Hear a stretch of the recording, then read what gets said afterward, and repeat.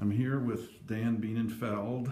Dan is the head trainer for the Hellerwork Practitioner Training, and we're going to ask him some questions about the training. So Dan, how long have you been a trainer? I started as a practitioner. My training began in 1978, and I worked for about 6 or 7 years, and then started participating with the trainings in the mid 80s, and then became a trainer in the late 80s. So you got quite a bit of experience creating Hellerwork practitioners. Yeah, and I think I've been involved in almost every training, not quite all of them, but probably 90% of the trainings that have gone on since the late 70s. Well, it sounds like you're the man to talk to. So what would you say are some of the goals you have for your students as they go through the training? Well, the goals for the students are as follows. Primarily, it's a matter of tuning their own instrument, because what makes a great practitioner is their ability to perceive, to sense, to feel, and a lot of that happens by being in touch with their own bodies. So a lot of my emphasis with the students is to help them learn how to be connected to themselves, to be embodied, and then from that place they can get all the resources that they need to work well with clients, and they are also able to understand what tensions and what senses belong to them versus to their clients. Because in this field, we're sensitive, and that's our job, to be able to tune in. And sometimes people have a hard time distinguishing their own, what they're sensing in another, or is it coming from them? And the training itself, from my perspective, involves being able to distinguish the difference. So it sounds like there's a personal growth aspect to the training. How would you describe that? That is one of my favorite parts of the training, is that we're not merely straightening out the body. We're really wanting to help a person free themselves, because what happens when someone frees themselves from their bodies, the body really wants to extend and be open.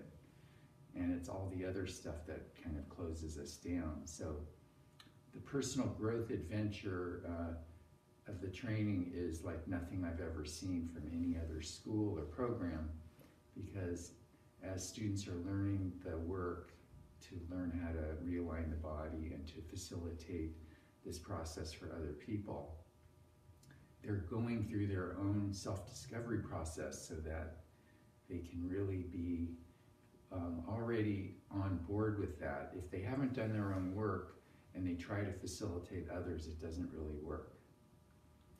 Now, I understand that Hellerwork came out of the Ida Rolf lineage of structural integration. Do you feel like you're still teaching out of that lineage? I do. I feel that of many of the SI schools that have come forth, and remember there was first the Rolf Institute, and now there's probably 20 different SI schools teaching structural integration, maybe even more, some of the smaller schools.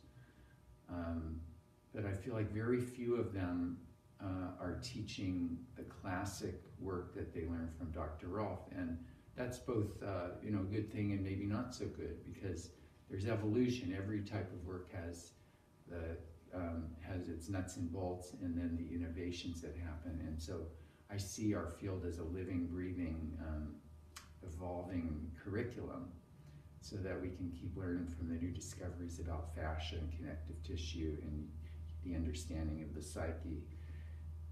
However, as far as the nuts and bolts part of learning the classic work that Dr. Rolf transmitted, I feel like we are really purists, and we also teach an evolution of that through various techniques, and certainly where Dr. Rolf kept it just in the domain of the body work. Joseph Heller, who, the founder of Hellerwork, added movement integration and dialogue processing work.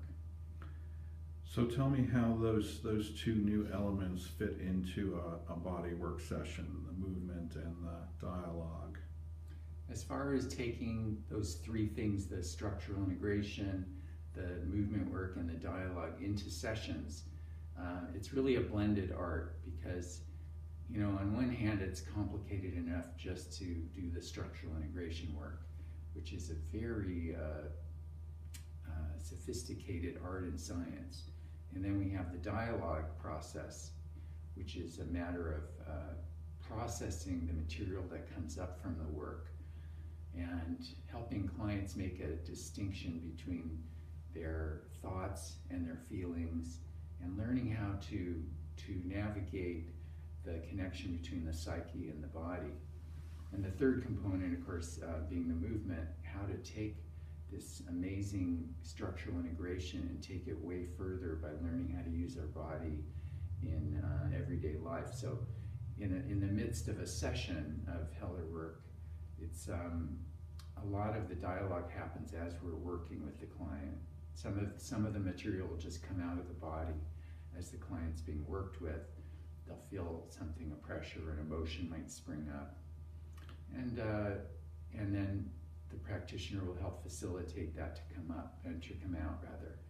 And then the movement work can happen on the table, it can happen before the session, after the session, and certainly we send clients home with fun homework to learn how to keep the area of the body open that we worked on and to take it way further to empower the client. And you teach the students to do all these three components?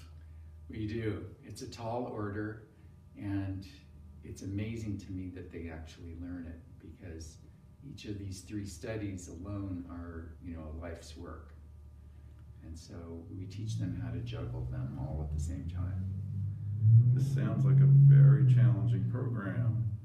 How do you pull that off and move your students through that process? Well, it's challenging.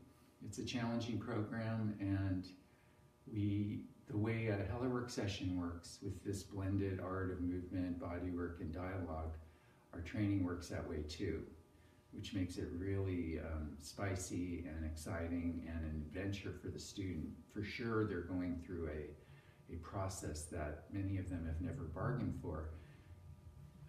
But when they go through and complete, they get to a place they never thought they could be at before. And what do you think makes the Heller Work Practitioner Training Program different from other structural integration programs? Well, as far as I know, we are the only school that's teaching this blended art. Secondly, we are the only school that I know of that also trains the practitioners in business and marketing, which is very important. Most students, when they go to these other schools, they may get an education, but it doesn't usually include how to make a living out of it, how to make a career out of it. So we take the time with the students to help them with everything from their business plans, their marketing plans. We teach them and coach them in giving world-class presentations to groups, demonstrations, consultations, networking with other health professionals. So it's very comprehensive. Now, I understand you're just graduating a class now. How do you feel about the level of competency of these students that you're graduating? I feel very good about it, without reservation. And one of the litmus tests that I use is, would I go to them? Because I'm very picky, and yes, I would go to each and every one of them. And I would refer to each and every one of them. That sounds wonderful. Congratulations on your latest class. Thank you.